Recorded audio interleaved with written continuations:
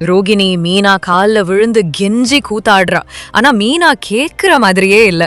அப்புறம் ரோகிணி கிரிஷ் 2 பேரும் ஆத்துல குதிக்க போறாங்க.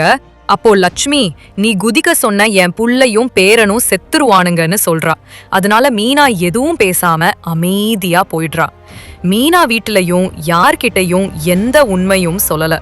ரோகிணியும் பயத்துல ஒன்னும் பேசாம இருக்கா.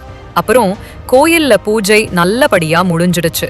அப்போ வந்த சாமியாடி உண்மை வெளிய வந்துருச்சு. ஆனா நல்லவரு அந்த உண்மைய சொல்ல மாட்டாரு. இருந்தாலும் நீ சீக்கிரமே மாட்டிக்குவன்னு ரோகிணிய பார்த்து சொல்லிக்கிட்டு இருக்காரு. அத பார்த்து மீனாவுக்கு பயங்கர கோபம் வருது.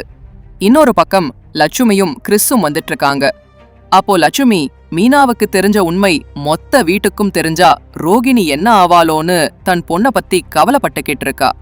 அந்த நேரம் பார்த்து முத்து அங்க வந்துடுறான். வந்துட்டு எப்ப வந்தீங்கன்னுலாம் விசாரிக்கிறான்.